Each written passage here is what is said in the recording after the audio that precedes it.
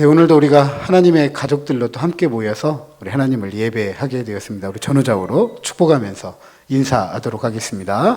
축복합니다. 잘 나오셨습니다. 은혜 받으십시다.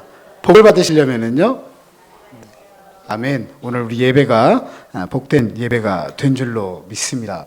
최초의 문서 선지자였던 아모스, 최소한 사람에 대한 존중이 사라진 열방의 서너 가지 죄, 남왕국 유다와 북왕국 이스라엘의 언약 관계에 대한 불순종과 배반으로 하나님의 심판 앞에 놓였다라는 것을 알립니다. 지금 우리는 아모스 후반부의 5가지 환상 메시지를 살펴보고 있죠. 첫 번째와 두 번째 환상 메시지는 아무리 범죄한 자기 백성들에 대한 저주와 재앙 그리고 심판을 하나님께서 작정하셨다라고 할지라도 하나님은 용서하실 수도 있고 그것을 멈출 수도 있다. 그러나 용서하고 멈추시기까지 자기 백성에 대한 저주와 재앙 그리고 심판을 유보하시는 하나님은 결코 죄에서 돌아서지 않는 자기 백성들에 대해서 끝까지 참는 분은 아니시다라는 것을 살펴보았습니다. 그리고 세 번째와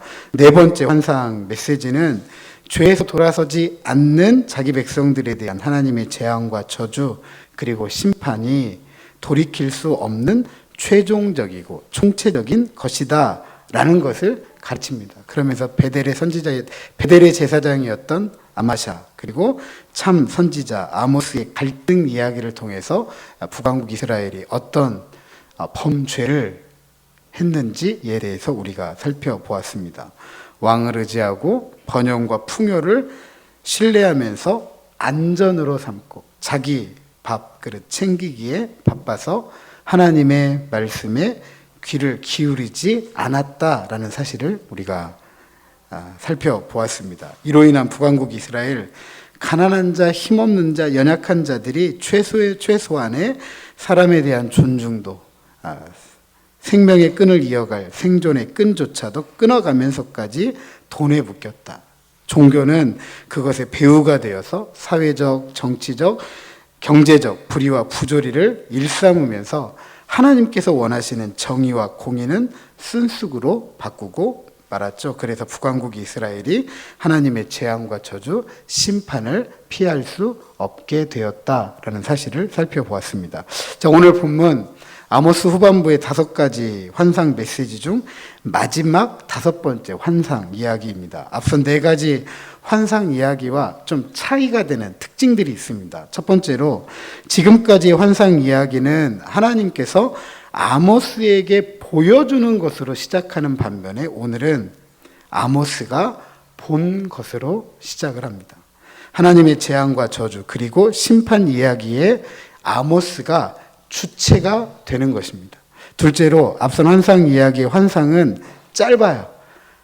한 어절, 한 구절 이런 식으로 이야기를 하는 반면에 오늘 5번째 환상 이야기는 1절 전체가 환상에 대한 이야기입니다. 아주 길고 구체적으로 기록되어 있습니다. 이로써 하나님의 재앙과 저주 그리고 심판 이야기를 굉장히 세밀하게 디테일하게 언급한다라는 것은 그 심판이 참혹하다.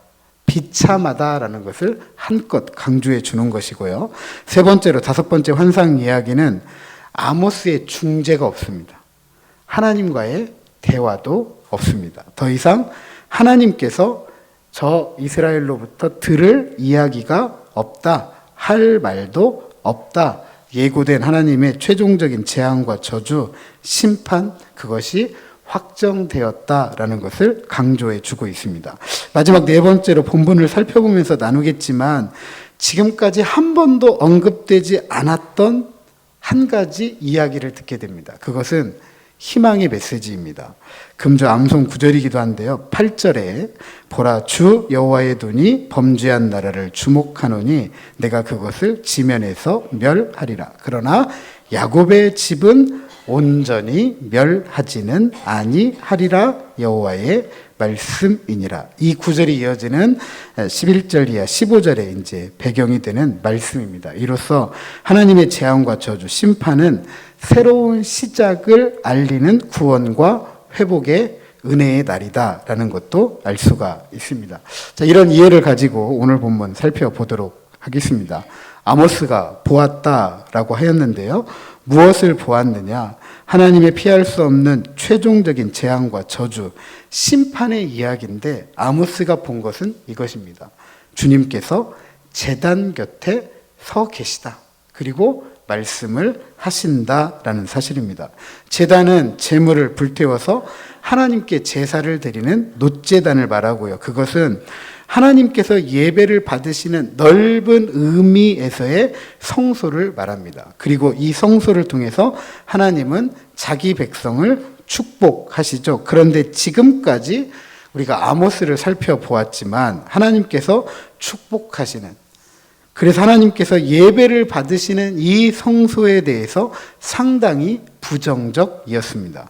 아모스 3장 14절에 이 제단이 베델의 제단이다라는 것을 알 수가 있는데요. 베델의 제단은 남유다 왕국의 예루살렘 성전이 있다라고 한다면 북왕국 이스라엘을 대표하는 종교의 중심지, 신앙의 중심지입니다. 이 베델의 제단에 대해서 하나님께서 이렇게 말하십니다. 벌하신다. 벌하시면서 이렇게 또 이야기를 합니다. 그 제단의 뿔들을 꺾어버린다. 땅에 떨어뜨려 버린다라고 하였습니다. 왜냐하면 북왕국 이스라엘의 종교와 신앙이 부패하고 타락했기 때문인데요. 이들의 변태적인 종교적 열심, 순전이 하나님을 위한 것이 아니라 자기 배를 신으로 삼은 것이고, 이 신을 섬기기 위해서 가난한 자, 힘없는 자, 연약한 자들에 대한 최소한의 존중, 나아가서 삶을 위한 생존의 삶의 끈을 끊어버리면서까지 정의와 공의를 쓴쑥으로 바꾸었기 때문입니다. 저들의 변태적인 종교적 열심, 자기 배를 채우기 위해서 하나님 사랑, 이웃 사랑을 저버리고 만 것입니다. 그래서 하나님은 이 제단을 파괴하신다. 더 이상 너희들로부터 예배를 받지 않겠다. 예물을 받지 않겠다라고 말씀을 하시는 것입니다. 지금 파괴하기로 작정한 그 제단 곁에 서서 하나님께서 말씀을 하십니다. 이 말씀이 결코 좋을 것이다 라고는 상상할 수 없는 이야기죠. 1절 하반절에 기둥머리를 쳐서 문지방이 움직이게 하며 그것으로 부서져서 무리의 머리에 떨어지게 하라. 내가 그 남은 자를 칼로 죽이리니 그 중에서 한 사람도 도망하지 못하며 그 중에서 한 사람도 피하지 못하리라. 기둥의 머리는 건물의 지붕을 받쳐주는 성전의 기둥을 말합니다. 이 기둥. 문지방은 잘 아시는 것처럼 문틀이죠.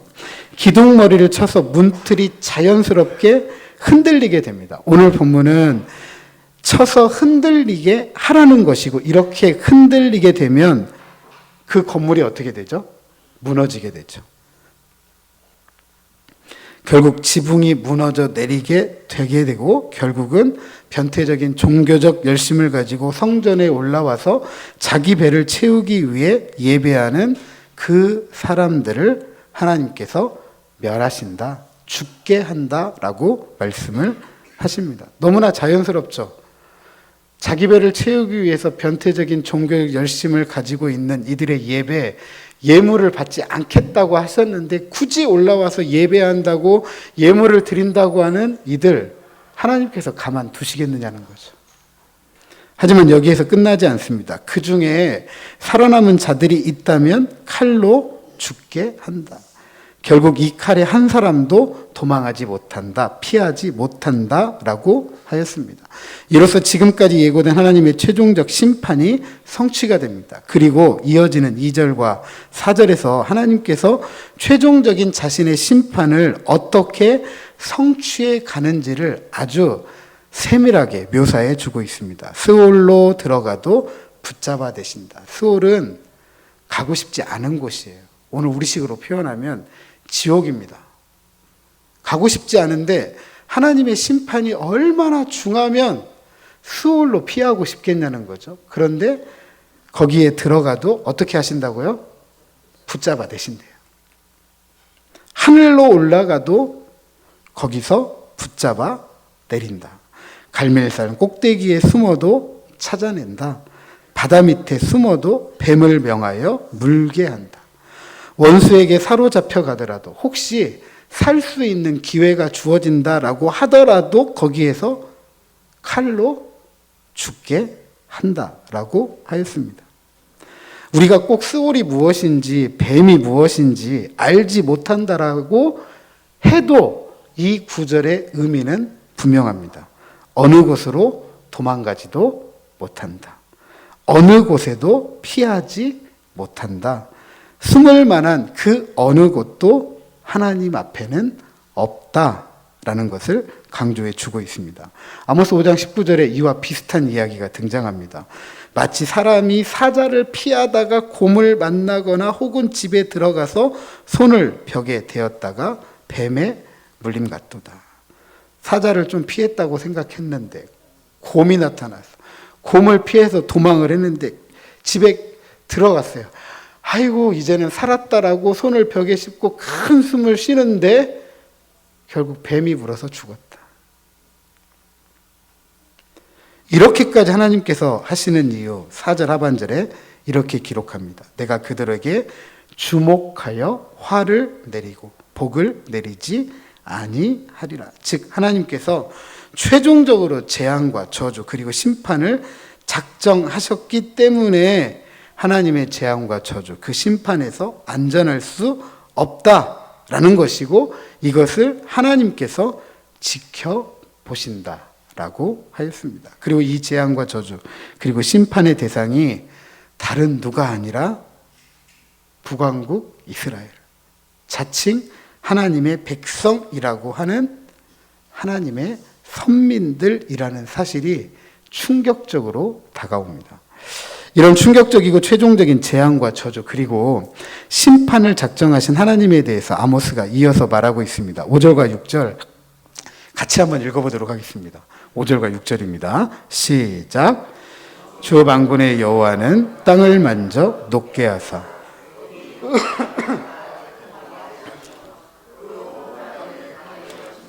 솟아오르며 애굽 강같이 낮아지게 하시는 이요 그의 궁전을 하늘에 세우시며 그 궁창의 기초를 땅에 두시며 바닷물을 불러 지면에 쏟으시는 이니 그 이름은 여호와시니라. 아멘. 아모스는 죄악에 빠진 자기 백성을 심판하실 능력이 있는 분으로 하나님을 소개할 때마다 하나님의 창조, 하나님의 섭리를 언급해 왔습니다. 4장 13절에 보라 산들을 지으며 바람을 창조하며 자기 뜻을 사람에게 보이며 아침을 어둡게 하며 땅의 높은 데를 밟는 이는 그의 이름이 만군의 하나님 여호와시니라. 또 5장 8절 이하 9절에 묘성과 삼성을 만드시며 사망의 그들을 아침으로 바꾸시고 낮을 어두운 밤으로 바꾸시며 바닷물을 불러 지면에 쏟으시는 이를 찾으라. 그 이름은 여호와시니라. 이로써 하나님의 재앙과 저주 그리고 심판에서 도망치고 피하고 숨고자 하는 모든 노력이 헛되다라는 것을 강조합니다. 하나님은 어떤 분이냐? 땅을 녹게 하시는 분이다. 그 땅에 거주하는 사람들 그것 때문에 애통할 수밖에 없다라고 합니다. 강을 솟아오르게도 하신다. 낮아지게도 하신다. 자신의 궁전을 하늘에 세우시는 분이다. 그 궁창의 기초를 땅에 두시는 분이다. 우리가 보는 하늘을 만드신 분이다. 바다의 물을 불러서 땅에 쏟으시는 분이다.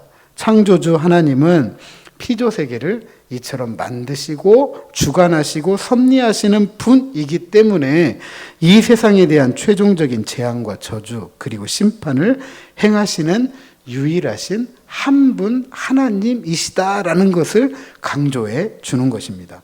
그리고 이분을 이렇게 강조합니다. 그 이름은 여호와시니라. 여호와는 하나님께서 모세에게 자신을 계시하신 이름이에요. 나는 스스로 있는 자다. 이스라엘과 언약을 맺으신 하나님의 이름이 바로 여호와입니다.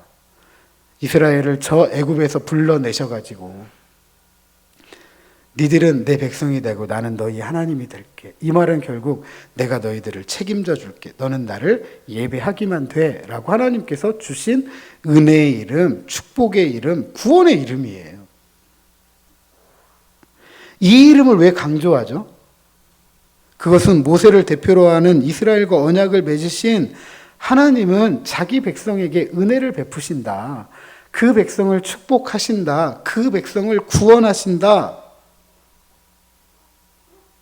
라는 것을 강조해 주는 것이죠. 그런데 지금은 그 이름이 어떤 이름이에요?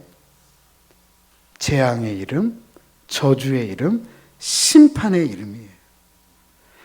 하나님 사랑, 이웃 사랑을 저버린 자기 백성에 대해서 재앙하시는 이름, 저주를 내리시는 이름, 심판하시는 이름이라고 밝히고 있는 것입니다.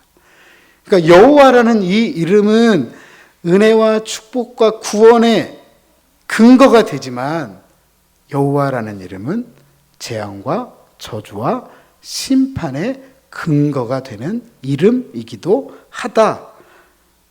그게 우리가 하나님의 이름을 부르잖아요. 천지만물을 창조하신 하나님 아버지, 전능하신 하나님 아버지. 우리가 이렇게 이름을 부를 때 여러분 긴장하셔야 돼요. 그 이름은 은혜와 축복과 구원의 이름이기도 하지만 그 이름은 재앙과 저주와 심판의 이름이기도 해요. 언약 백성의 책임 있는 삶을 살아가는 이들에게는 은혜와 구원과 축복의 이름이지만 언약 백성의 책임 있는 삶을 저버린 이들에게는 그 이름이 재앙과 저주와 심판의 이름이기도 합니다. 이처럼 은혜의 근거가 되시고 심판의 근거가 되시는 여호와 하나님, 어떻게 정당하고 확실하게 자신의 재앙과 저주 그리고 심판을 행하시는 것일까? 하나님이 재앙과 저주, 심판을 내리신다고 하는데 그 재앙과 저주와 심판이 정말 정당한 것인가? 공평하신 것인가? 우리가 그것을 받아들일 수 있을 만한 것인가?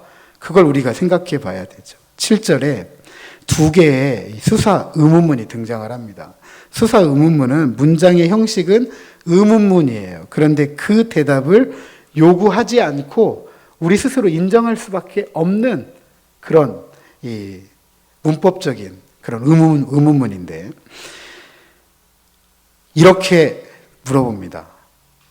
첫 번째는 이스라엘 자손들아 너희는 내게 구스 족속 같지 아니하냐.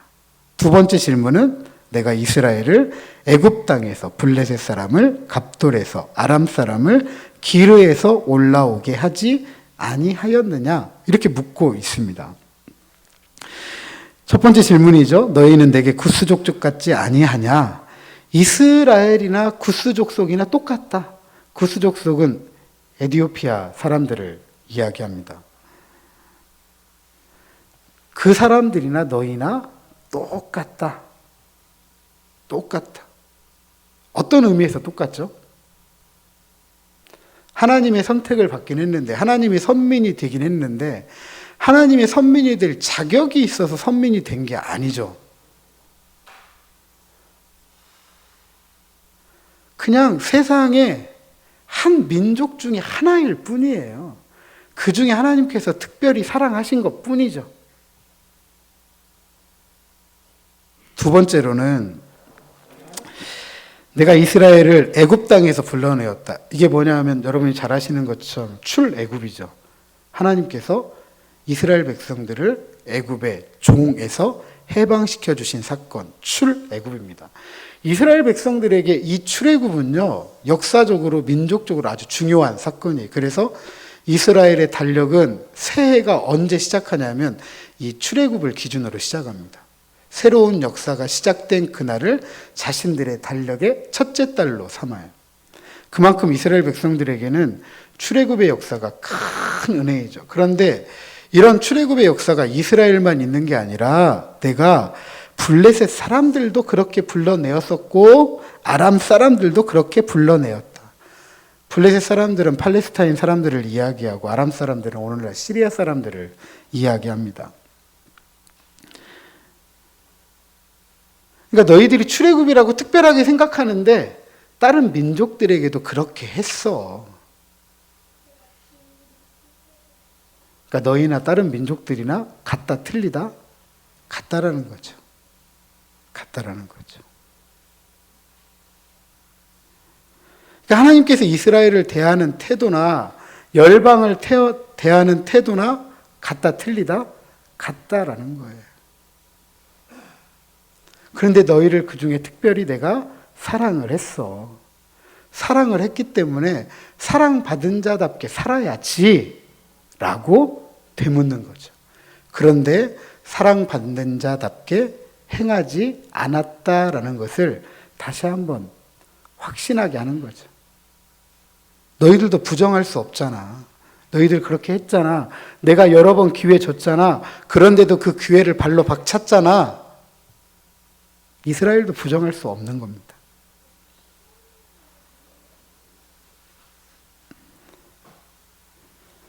다시 말해서 은혜의 근거가 되시고 심판의 근거가 되시는 여호와 하나님은 이스라엘이나 열방이나 동일한 은혜의 근거가 되시고 심판의 근거가 되신다라는 사실입니다.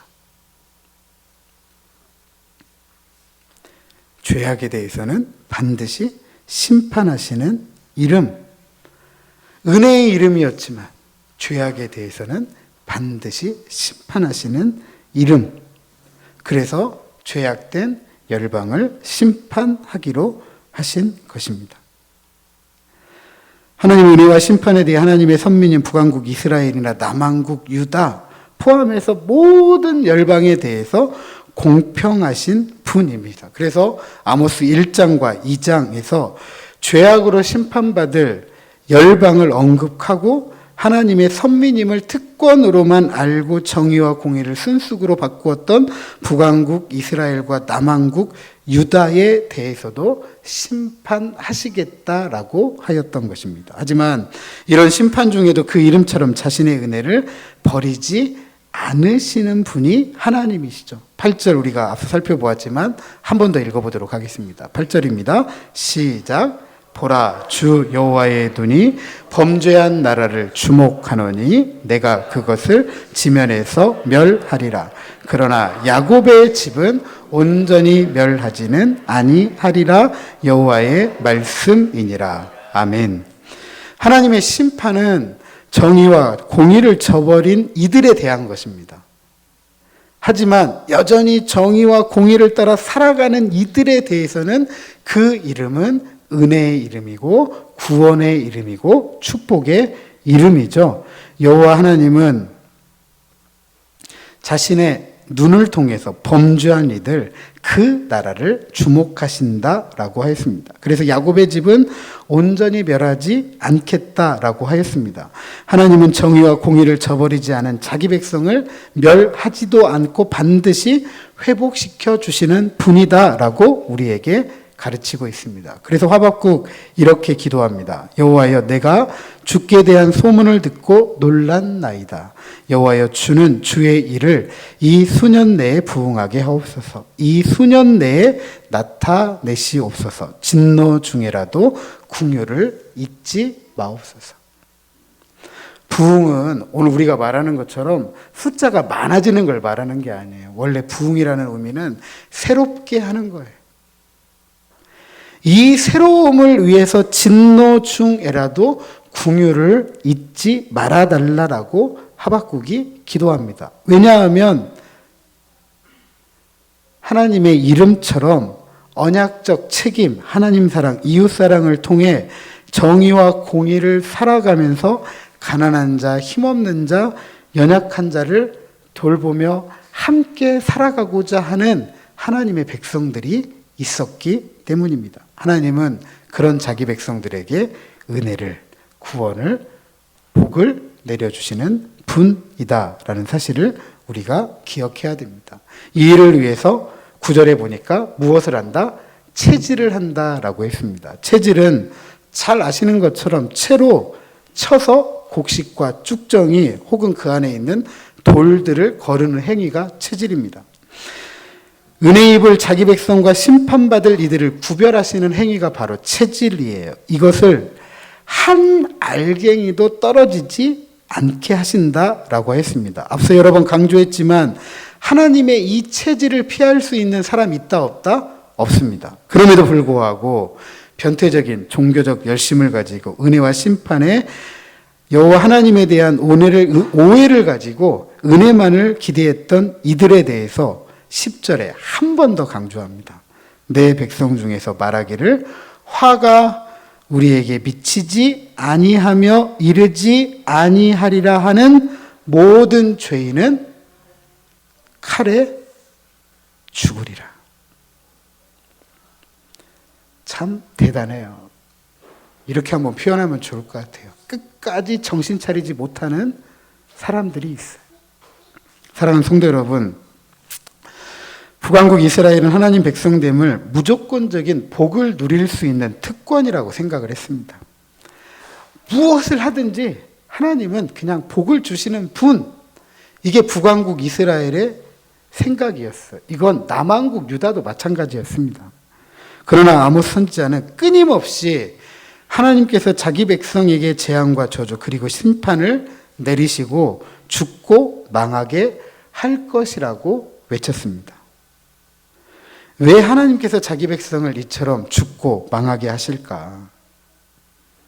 하나님과 언약을 맺은 하나님의 백성들이 언약 백성의 책임 있는 삶, 즉 하나님 사랑, 이웃 사랑을 저버리고 자기 배를 채우면서 가난한 자, 힘없는 자, 연약한 자들에 대한 최소한의 존중, 그걸 버리고 삶을 위한 생존의 끈조차도 끊어버렸기 때문이죠. 이 하나님, 자기 백성에 대한 최종적인 재앙과 저주, 심판을 작정하셨습니다. 이 심판을 피해서 도망할 수도 없고 설사 도망하더라도 하나님은 끝까지 쫓아가셔서 죽고 망하게 하신다라고 하였습니다. 다시 말해서 하나님의 백성됨에 하나님이 백성이 되는 것이 무조건적인 복을 누릴 수 있는 특권이 아니라는 것을 우리는 꼭 기억해야 됩니다.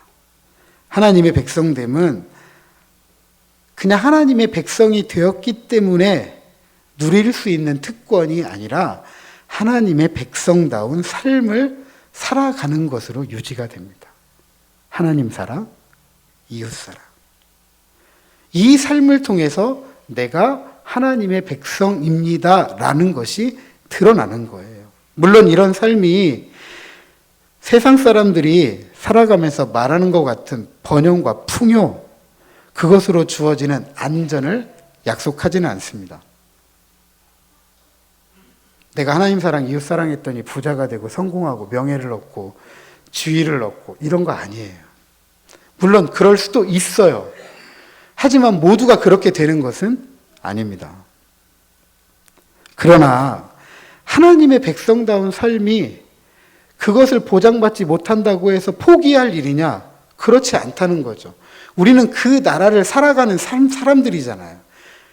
세상 사람들이 말하는 그 복을 하나님을 통해서 얻고자 하는 사람들이 아니라 하나님께서 우리에게 주신 그 은혜를 가지고 이 세상을 살아가는 사람들이기 때문에 그 삶을 결코 포기해서는 안 돼요. 포기해서는 안 돼요. 남녀노소, 빈부귀천, 주의고하를 막론하고 나를 살게 하고 너를 살게 하고 우리를 살게 하는, 그래서 주님께서 가져오시는 그 나라, 하나님 나라, 천국을 살아가야 됩니다. 그럴 때 우리가 함께 살아가는 세상, 하나님의 평화를 누리는 하나님의 샬롬을 받아 누릴 수가 있는 것입니다. 왜 오늘 우리가 참 살기 힘들다고 이야기하죠? 물론 경제가 돌아가지 않기 때문에 힘든 것도 있어요. 그런데 경제가 안 돌아가서 힘들다기보다는 마음이 불편해요. 마음이 불편해요.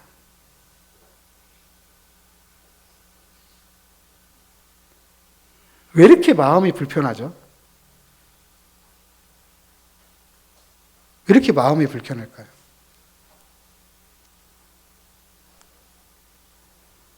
그냥 좀 힘이 있다, 지위가 있다, 이런 사람들이 국민을 이리저리 갈라쳐가지고 마음이 편하지 않아요. 의사하고 간호사는 어떤 존재이죠? 싸워야 될 존재인가요?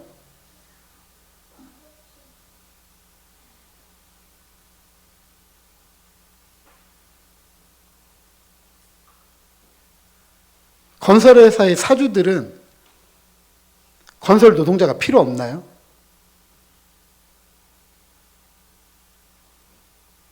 온 동네가 이리 갈라치고 저리 갈라쳐가지고 서로 갈등을 만들어내고 다투게 하고 싸움하게 하고 마음이 불편해요. 마음이. 그냥 나만 하나 살면 된다. 오직 이 생각밖에 없는 것 같아요. 이렇게만 살아야 세상을 산다라고 말하는 것 같아요.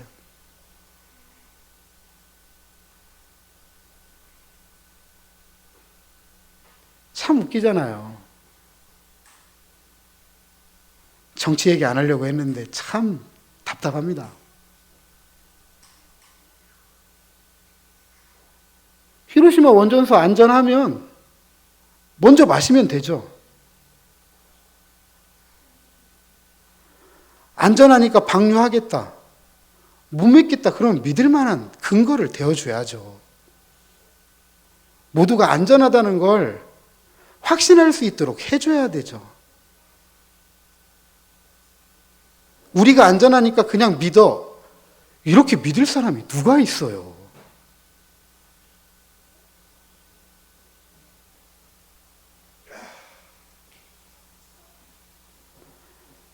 그래서 하나님의 백성들의 삶이 중요합니다.